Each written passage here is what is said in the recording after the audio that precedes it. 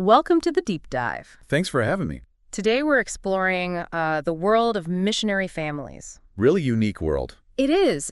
We've got a study here, and it really gets into the nitty-gritty of their experience, what it's like for single missionaries, married couples serving together, and their kids, growing up in these very different cultures. I think whether you've thought about this life yourself or just wonder about how families handle really big changes, this is going to be pretty fascinating. Yeah, I think so too. And it jumps right into the deep end. The study opens by quoting Matthew 10:37, that verse about loving God more than family. Right from the start, you see the commitment involved, the potential sacrifices. Exactly. So let's start unpacking this, shall we? Single missionaries. Their role has really evolved over time, huh? What's interesting is who they even thought could be a missionary way back when. Early on, it was basically all about married men. Single women were considered too much of a risk. The idea was the work was too demanding, too dangerous, maybe both, for single women. Wives were there to support, but not really to lead anything. Huh. So when did that start to change? Well, the study points to 1827 with Cynthia Farrar. She gets sent to India by the American Board of Commissioners. That's one of the big early Protestant mission groups, right? Exactly. And she's their first single woman career missionary. That was huge. It set the stage for others to follow within that decade, actually. But not everyone jumped on board right away, did they? You're right. Like the Southern Baptists, they were much slower to change. From 1845 to 1872, they had almost no single women missionaries. And wives still weren't officially involved. Nope, no official role at all, different times. So the question becomes, what made everyone shift? Why the sudden embrace of single women? Yeah, what was the driving force there? Honestly, it boils down to what was happening on the mission field itself. Missionary wives were getting overwhelmed. Running a household in a whole new culture, raising kids, and trying to meet the needs of local women and girls. That sounds impossible. It was becoming unsustainable. They realized single women could focus their energy entirely on those women and children. It just made sense. Very practical solution to a real problem. And it took off pretty quickly, huh? 1919, the American missionary force is pretty evenly split. Single men, married women. All equal. But then the study mentions there were way more single women than single men. Yeah. 6 times as many, actually. Because the mission agencies really pushed for single men to get married. Assuming their wives would then help out with the work, too. Exactly. So more single women available, more encouraged to go. By 1980, women actually outnumbered men on the mission field. Wow. And a big chunk of them, like 11,000, were single. Their contributions were just undeniable by then. No argument there. And their roles broadened, too, right? Beyond just women and children. Oh, absolutely. At first, it was a lot of education and medicine focused on women and girls. But nowadays, they're involved in all sorts of ministries, just as diverse as married missionaries. And they often live on their own, manage their own work. That's really interesting. The study even points out some specific advantages for single women in this context. Well, for one, no family responsibilities. You can really dedicate yourself to the work. They often build deeper relationships with locals, have more time for ministry, get really good at the language, more freedom to move around, too, in some places. Huh. Makes sense. Less tied down, in a way. And their personal costs are lower for the mission organization, which you might not expect. So some pretty unique upsides. But it can't all be easy, right? What are the disadvantages they highlighted? Depending on the culture, there could be a stigma about being single or choosing not to marry. Plus, you don't get to pick your companions. You get placed on teams with other missionaries. You take what you get. Pretty much. So there's loneliness sometimes. And some cultures don't allow mixed gender work, which can limit opportunities. So those are some tough emotional and social hurdles. They are.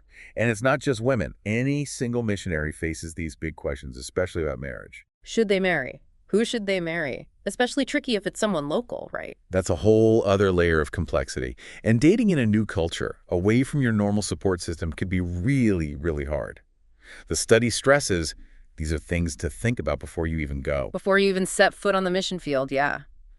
Makes a ton of sense. And what about the other missionaries, the mission family, as they sometimes call it? What role do they play for single folks? In a perfect world, they provide that support network you were just talking about. Fellowship, social life, shared identity, maybe even new traditions, like a family away from home. Makes sense. But families aren't always perfect, are they? Sadly, no. The study acknowledges that sometimes single missionaries can be overlooked, ignored, even taken advantage of by other missionaries. So open communication, respect, boundaries, those are crucial. Wow. Even within this group of people dedicated to serving, you still have those human dynamics, the potential for conflict. It's unavoidable. But let's shift gears a bit. What about married couples serving as missionaries? The study talks about a unique kind of witness they offer. Their life together, their marriage, becomes a testament to their faith. Exactly. It's more than just two people doing the same work.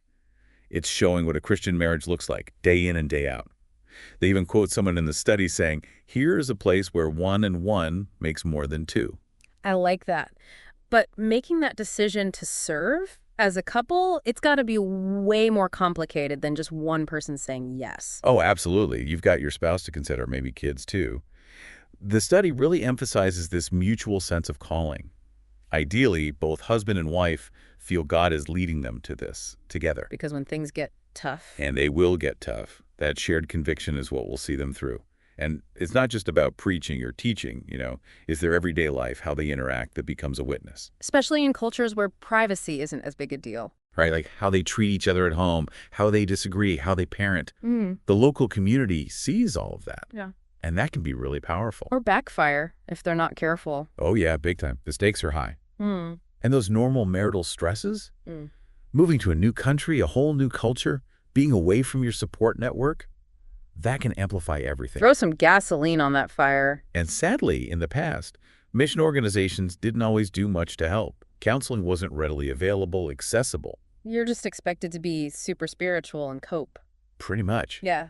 Thankfully, the study says that's changing. More agencies are providing those resources now, but some missionaries might still be hesitant to get help. They might think it looks bad, like they're not strong enough in their faith. It's a real concern. Yeah. And then you add in the constant balancing act, family versus ministry, finding enough time and energy for both, especially when the culture's pace of life is totally different. It sounds exhausting. It can be.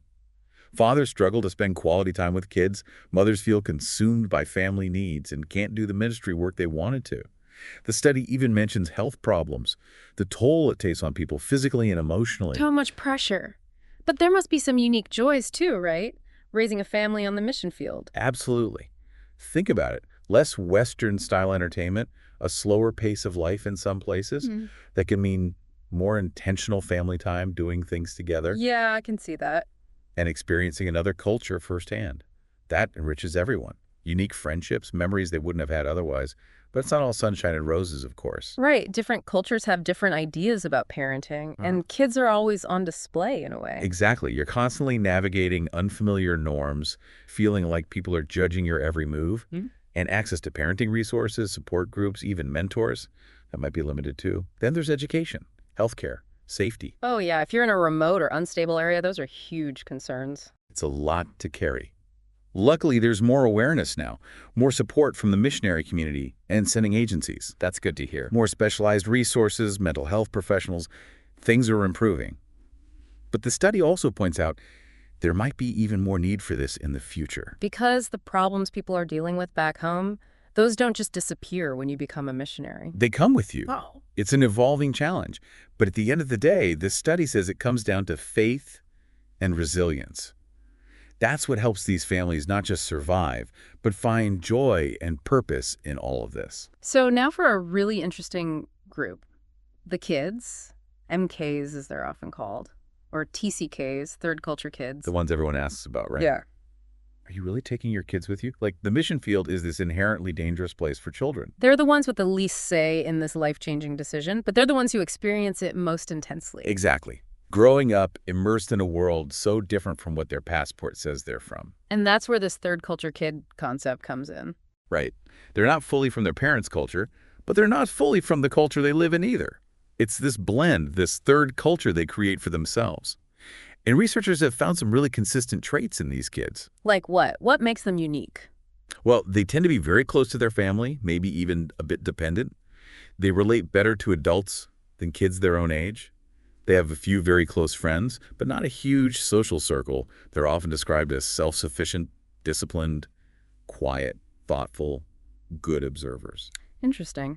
Any other common traits? Academically, they tend to do well. And studies actually show they have fewer mental health problems than kids back home. They're also big readers, enjoy writing, often musically talented, and they tend to be more conservative in their values. Wow, that's a lot to take in, but it's a pretty positive picture overall. It is. And Frank Shepard, another researcher, pointed out that they're amazing at learning languages. He also said the longer they live overseas, the harder it is to reintegrate back home. And their experiences abroad often shape their career choices later in life. So those early years really do have a lasting impact. They do. And then there's Ted Ward, who focuses on the advantages of this kind of upbringing. He says it develops strong interpersonal skills because they're always adapting to different cultures. They have to be flexible, read the room. Exactly. They also tend to have a broader worldview, not so stuck in their own culture's way of thinking. And in a globalized world, those language skills and cross-cultural experiences, huge career boost. So many benefits. But we can't ignore the potential downsides. Right.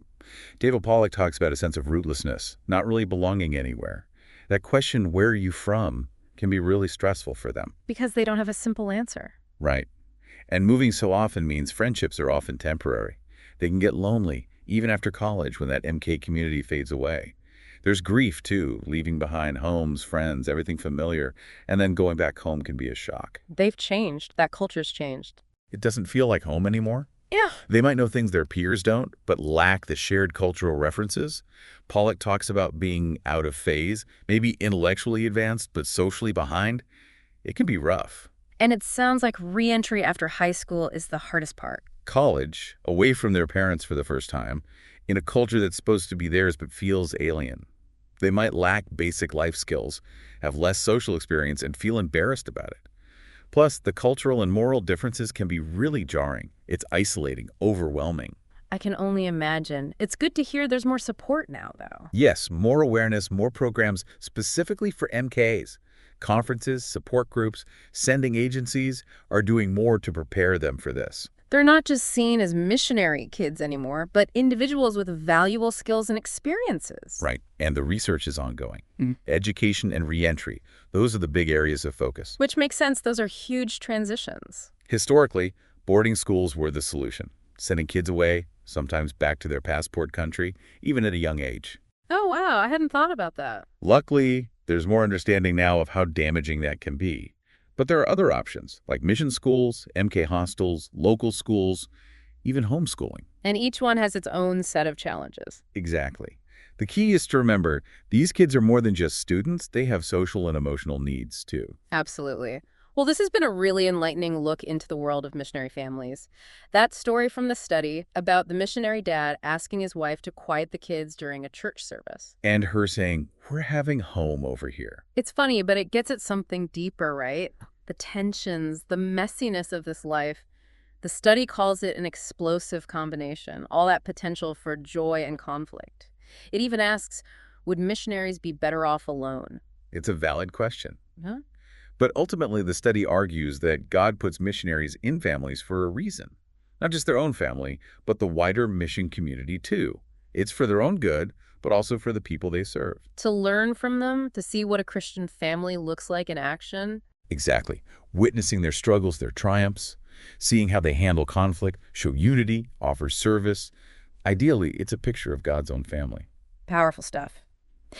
So, as we wrap up here, thinking about all the sacrifices, the unique challenges, the bonds that are formed, what does this tell us about that basic human need to connect, to belong? Whether you're single, married, a parent, a child, that search for belonging seems to be at the heart of it all. It really does. We might be talking about missionary families, Yeah. but it speaks to something universal, doesn't it? That need to connect, to find your place wherever home might be. Absolutely. Well, thanks for joining me for this deep dive, everyone. We hope you've gained a deeper understanding of this world, the sacrifices made, the commitment it takes. Keep thinking about what it means to live cross-culturally, how families adapt and find ways to thrive in such challenging environments. Thanks for having me. What resonated most with you? What new questions came up? Keep exploring those ideas. Until next time, happy diving.